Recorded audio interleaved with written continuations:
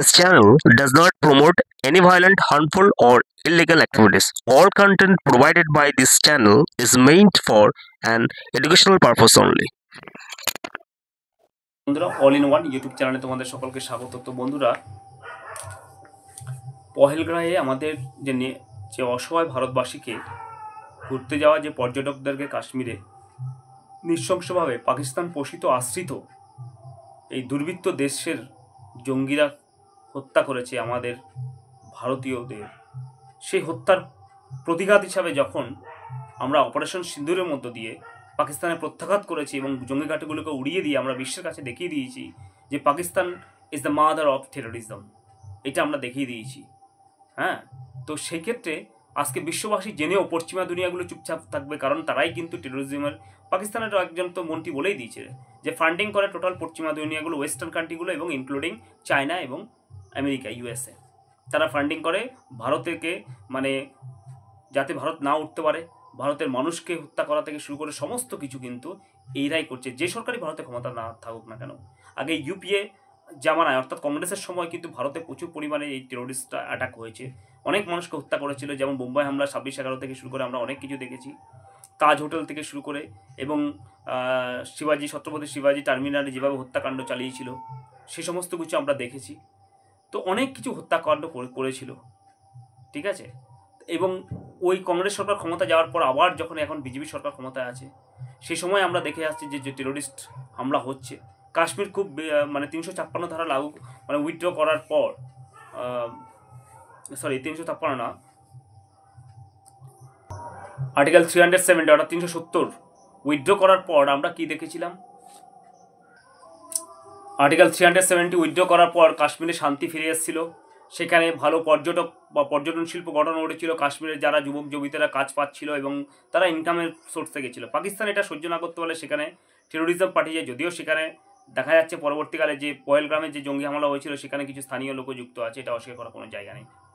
তো যাই হোক, তো সেখানে এখন শান্তি ফিরে আসার ফলে কাশ্মীরে এবং অশান্তি সৃষ্টি হলো, এবং এই অশান্তি সৃষ্টি হওয়ার পর কি হলো, ভারতবর্ষের যে সমস্ত মানুষকে হত্যা করা হয়েছে তার প্রতিঘাত যখন করলো, তখন এই পশ্চিমা দুনিয়া কিন্তু এইটা নিয়ে উল্টো প্রচার করতে শুরু করলো, কারণ পশ্চিমা দুনিয়ার সমস্ত কিছু পোল্টো খুলে দিল ভারতবর্ষ, যে টেরোরিজমকে সাপোর্ট করছে পশ্চিমা দুনিয়া এবং ইউএসএ সঙ্গে চায়না। এর ফলে কি হচ্ছে বন্ধুরা, এর ফলে যখন এই সমস্ত কিছু এক্সপোজ হলো, আমেরিকা দেখলো যে তাদের পোলটাও খুলে যাচ্ছে, তখন আমেরিকা ভারতের উপর বিভিন্ন রকম স্যাংশন লাগাতে লাগলো, ভারতের বিভিন্ন রকম ছলে বলে কৌশলে ভারতের অর্থনীতিকে ডিস্ট্রয় করার চেষ্টা করলো। ভারতে যাতে স্টেবল গভর্নমেন্ট না থাকে তার জন্য তারা ইউএস এড, সেটা আমি ভিডিও একদিন করে দেবো তোমাদের জন্য বন্ধুরা, এদের মধ্যে বিভিন্ন টাকা ছড়াতে লাগলো যাতে ভারতের প্রধানমন্ত্রী আগে, মানে 2024 সালে নরেন্দ্র দামোদর দাস মোদীকে হারানো যায়, সেই ব্যবস্থা করেছিল, কিন্তু সেটা তো সফলও হয়েছিল প্রায় অনেকটা। কিন্তু বলবো ভারতবাসীকে, আপনারা খুব সাবধান থাকুন, সতর্ক থাকুন, সামনে আমেরিকা অনেক রকম চাল চালবে ভারতে, যাতে কোনো স্টেবল গভর্নমেন্ট না আসতে পারে কেন্দ্রীয় সরকারে, যাতে করে আমেরিকার একটা পাপেট সরকার থাকবে, যেটা একটা বাংলাদেশে এখন ইউনুসেফের সরকার চলছে, শেখ হাসিনাকে একদম তাড়ানোর মূলে কিন্তু এই আমেরিকা রয়েছে, সেটা কিন্তু ভারতবর্ষ করতে চাইছে এই ইউএসএ ইনক্লুডিং চায়না। তো যাই হোক, ছলে বলে কৌশলে এখন চায়না এবং ইউএসএ, পাকিস্তান সঙ্গে তুর্কি আর হচ্ছে কি বাংলাদেশকে কাজে লাগিয়ে কিন্তু আরও টেরোরিজম সন্ত্রাসবাদ চালাবে এবং ভারতবর্ষের বিভিন্ন রকম অশান্তি সৃষ্টি করার চেষ্টা করবে এবং জাতিগত কোনো দ্বন্দ্ব লাগানোর চেষ্টা করবে। সেদিক থেকে 142 কোটি ভারতবাসীকে অনুরোধ করবো, আপনারা খুব সাবধান থাকুন, দেশকে ভালোবাসুন। আচ্ছা, এবার কি হচ্ছে বন্ধুরা একটু বলি, যখন ওই পহেলগ্রামে হামলার পর এই সমস্ত, মানে পাকিস্তানের প্রতি একটা প্রত্যাঘাত না হলো, তখন ভারতে যে, মানে কি বলবো আর কি, দেশের মধ্যে যে শক্তি, মানে শত্রু মির্জাফররা লুকিয়ে রয়েছে, সেই কিন্তু শত্রুটা কিন্তু আস্তে আস্তে বেরিয়ে পড়ছে। আগে দেশের শত্রুকে পুরো ফিনিশ করতে হবে, অ্যাবলিশ করতে হবে, তবে কিন্তু আমরা বিদেশি শত্রুদের সঙ্গে আমাদের লড়াই করতে বেশি সময় লাগবে না, যেটা পাকিস্তানে আমরা শেষ করে দিয়েছি আর কি।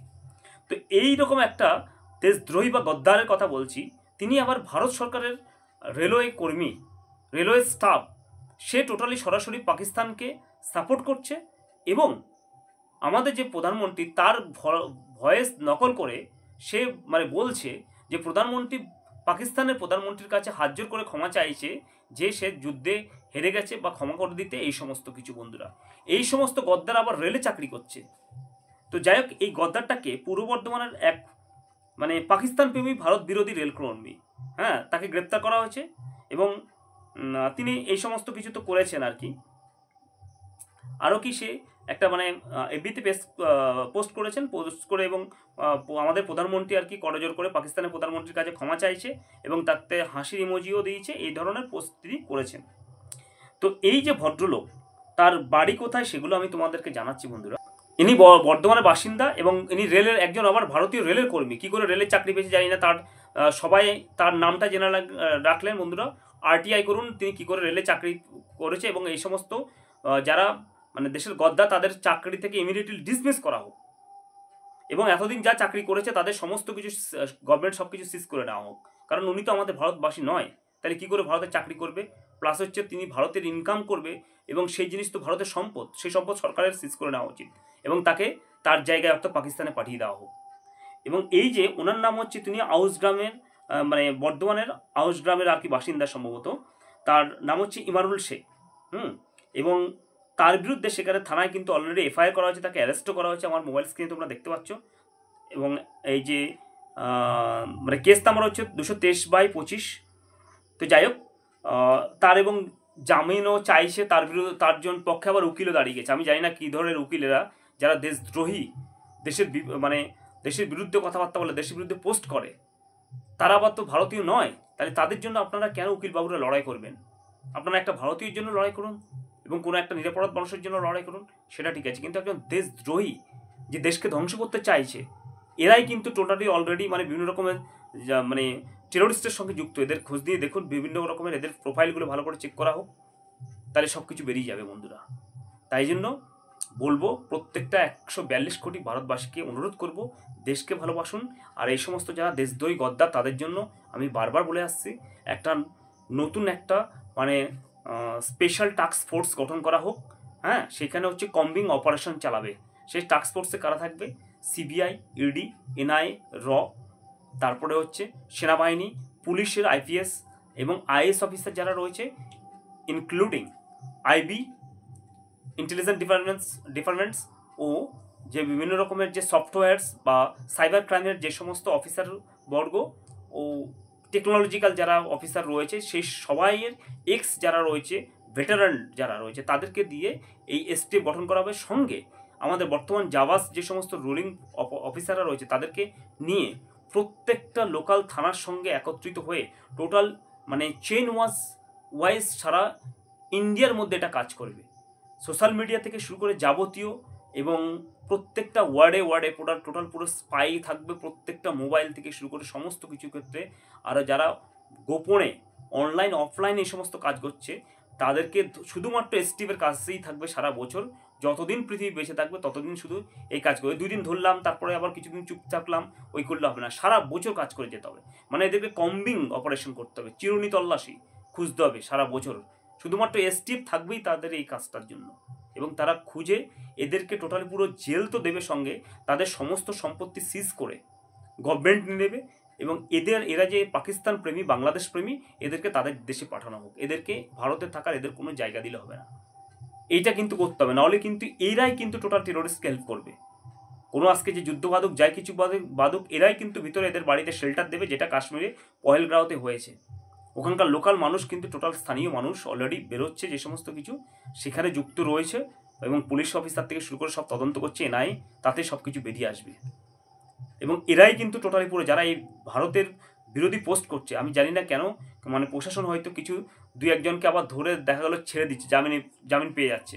নদী একটা ঘটনা ঘটলো, সেখানে জামিন পেয়ে সে আবার বলছে যে আমার প্রশাসন, পুলিশ আমার কি করবে। তো এই যে যারা রয়েছে তাদের এত বড় স্পর্ধা, কারণ তাদেরকে জামিন কেন হবে? তাদের লাইফ টাইম জেল, ইনক্লুডিং তাদের টোটাল সম্পত্তি সিজ করা হবে। তাদের পিতামাতা থেকে শুরু করে আত্মীয় স্বজন সবাইকে পাকিস্তানে পাঠিয়ে দেওয়া হবে এবং যারা পাকিস্তান প্রেম করে পাকিস্তান, যারা বাংলাদেশ প্রেম তাদেরকে বাংলাদেশে পাঠিয়ে দেওয়া হবে। কারণ তারা তো ভারতীয় নয়, ভারতীয় হলে তারা এরা ভারত বিরোধী পোস্ট করতো না। এরাই সমস্ত কিন্তু টেরোরিস্টদেরকে শেল্টার দেবে। তাই বলবো, গভর্নমেন্টকে করজোড়ে অনুরোধ করব যে স্পেশাল টাস্ক ফোর্স ইমিডিয়েটলি গঠন করুন এবং সেই ক্ষেত্রে আর আমাদেরকে দরকার সারা ভারতবাসীকে, যাদের বয়স পুরো শুরু করে 12 থেকে শুরু করে বা 15 থেকে শুরু করে একেবারে 70 বা 60 বছর 65 বছর তাদেরকে সবাইকে মিলিটারি ট্রেনিং দেওয়া হোক, যাতে করে দেশের সংকট সময় সবাই যেন ঝাঁপিয়ে পড়তে পারে।